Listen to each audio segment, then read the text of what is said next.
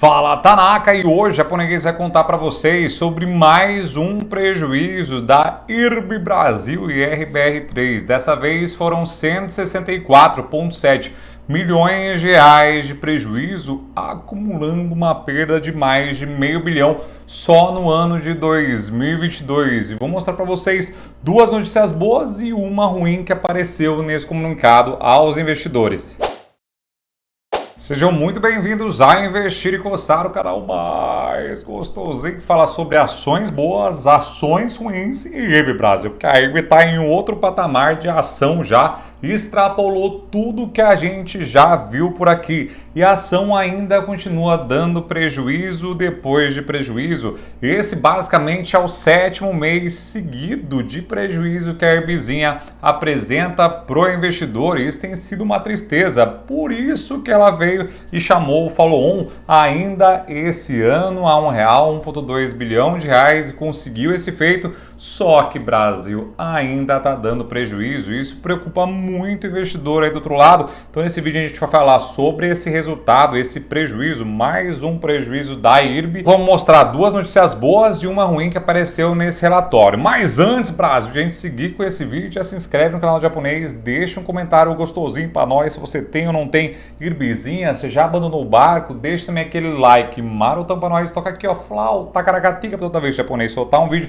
você do outro lado seja notificado. E para quem não sabe, também o japonês tem um escritório de investimentos e lá a gente atende clientes acima de R$ 40 mil. Então, se precisar de ajuda aí do outro lado, é só completar o formulário aqui que minha equipe liga para você. Se você já preencheu e ainda não foi chamado, me chama lá no Instagram que tem muita gente na frente ali, tem muita demanda, graças a Deus, e às vezes não consegue atender no seu tempo, mas a gente consegue passar na frente, Brasil, que são inscritos aqui do Japão. Mais um mês entrando e Brasil, mais um mês apresentado a SUSEP, mais um mês de prejuízo. Dessa vez foi o mês de agosto, apresentou ali as contas a SUSEP, a IRBzinha, e reverteu um lucro que a IRB tinha tido lá em agosto de 2021 para um prejuízo da IRB em agosto de 2022. E lá atrás, no ano passado, muita gente até assustou com essa notícia, né, de que ela tinha revertido um lucro em prejuízo, mas foi um lucro muito fake. Mas aconteceu, né? Foi por conta de um evento não recorrente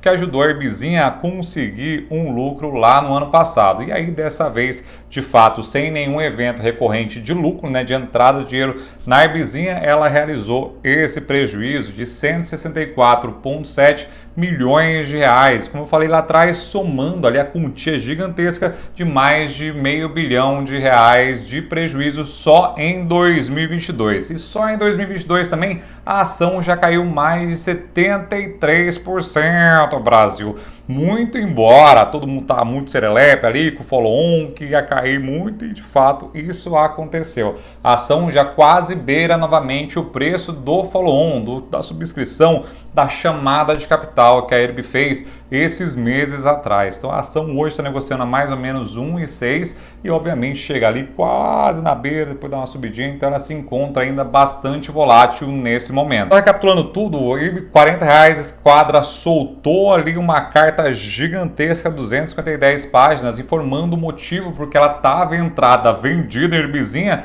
e a ação não parava de subir. Depois que essa carta veio a público, a ação despencou de 40 e foi formando ali um verdadeiro abismo. Foi para 20, depois foi para 12, algumas pessoas compraram a 12, depois foi para 8, muita gente comprou a 8, parou em 6, muita gente comprou em 6, parou em 3, muita gente comprou em 3 e agora está em R$ 1. E eu sei que muita gente ainda tem colocado dinheiro novo nessa ação, esperando ali os dividendos projetivos, dito até pelo Luiz Barsi em uma live com o pessoal da News Invest. E aí, obviamente, o pessoal está esperando esse dividendo, mas tem um caminho longo pela frente a ser percorrido. Isso porque, como eu falei lá atrás, a ação tem apresentado prejuízo em cima de prejuízo. E esse mês não foi diferente. Só que dentro da notícia, do comunicado aos acionistas, tiveram duas notícias boas para a IRBzinha. A primeira delas é que se não considerasse, mas essa aqui é a parte ruim, né? Se a gente não considerar nada, pode ser tudo, na verdade, mas não considerando ali os eventos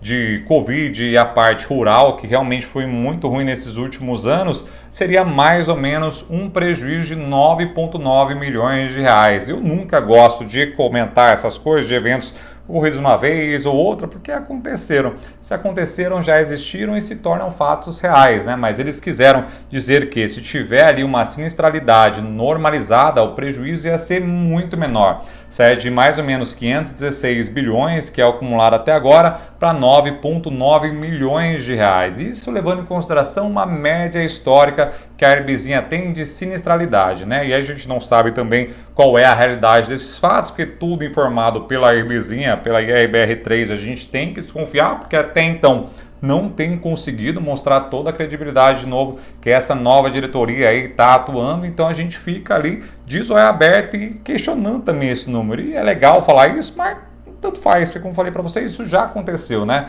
Tanto faz ter uma sinistralidade normal ou não. O que aconteceu foi que o rural foi muito ruim e a gente teve a Covid no meio, e isso causou tudo isso que tem acontecido. Mas e antes, Brasil? Os números falsos que tinham antes, então tem muita coisa ali a ser questionada. Mas a parte boa é essa notícia, resumindo tudo, que de fato, se tivesse tirado essas duas partes, teria ali um prejuízo muito menor. Então, se Deus quiser, daqui para frente voltar a essa sinistralidade histórica média, a gente está mais tranquilo e perene. A notícia estranha, mas agora dá uma casada dos números, é que o mês passado e esse mês, o número de emissões de prêmios no exterior foi muito maior do que o emitido aqui no Brasil. Todo mundo falava lá atrás, então falava, não, vamos reduzir os prêmios do exterior e focaram no Brasil, porque lá fora tinha contratos ruins, e de fato isso aconteceu. Só que nos últimos 2 meses, de julho e agosto, eles vieram muito superiores aos prêmios emitidos aqui no Brasil. Os exteriores foram muito superiores. Porém, num compilado de 8 meses, a gente teve um acréscimo de 6,5% aqui do Brasil, dos prêmios emitidos aqui do Brasil, 26,1%, tudo em relação ao mesmo período de 2021. Então aí a conta fechou e ficou mais tranquila. Mas, todavia, porém, a gente só vai conseguir ver de fato se esses números estão certos ou não no fechamento do terceiro trimestre. Então aí a gente vai conseguir ver se de fato estão certos esses números aqui ou se não estão. Então tem muita coisa ainda rolando em relação à emissão de prêmio lá no exterior. Como falei para vocês, aumentaram e aqui no Brasil diminuiu. No ano todo a conta fechou. E essa é a notícia boa, porque se o discurso lá atrás e o plano foi feito para que eles conseguissem diminuir a participação do prêmio no exterior e focar no Brasil, esse plano tem sido feito sim. E aí agora a conta fechou e fica todo mundo também um pouquinho mais tranquilo de que um plano bolado lá atrás, uma parte muito ruim que estava tendo, que era a parte exterior de Herbezinha, está sendo solucionada do lado de cá. Do outro lado é muito triste porque as ações continuam derretendo, isso porque o número de aluguéis ainda continua bastante alto com a ação da Herbezinha, apesar de ter diminuído muito e muita gente já ter tirado o short de fora. Muita gente ainda está shorteado e deixando, atravancando o preço da ação da Herbezinha, mas também é entendível porque de fato ali a diretoria não conseguiu mostrar os resultados, depois descobriu a fraude, porque veio, né? A gente teve muita ilusão na gestão do Tonhão e agora está tendo muito pouca comunicação com o investidor, que eu também não sei se é melhor ou se é pior, né? Porque a gente teve uma teoricamente, aproximação da parte do Tonhão e agora do Rafa ainda está bem quietinho, não sei qual que é melhor, se é um cara falando e iludindo nós ou se é outro cara aqui falando nada e também deixando atenção do lado de cá. Mas fato é que eu sempre falo para vocês que tem que ter o tamanho da mão numa ação, né? A gente teve a Oi, por exemplo, que está 20 e poucos centavos, tem preço-alvo, caiu de 2 e pouco para 40 centavos, colocar lá no meu grupo Telegram também o relatório junto com o da IRB, justo na época que ela acabou soltando essa informação do follow-on. Então todas elas tiveram um preço muito rebaixado e sempre é importante vocês saberem o tamanho da mão de vocês. Tem que fazer sempre uma carteira. E para falar em carteira, como você consegue investir de forma inteligente com o professor Warren Buffett, eu fiz esse vídeo aqui para vocês darem uma olhadinha. Beijinho no frio de vocês, no meu Denis Minha Barra, investir e coçar, deixa eu começar.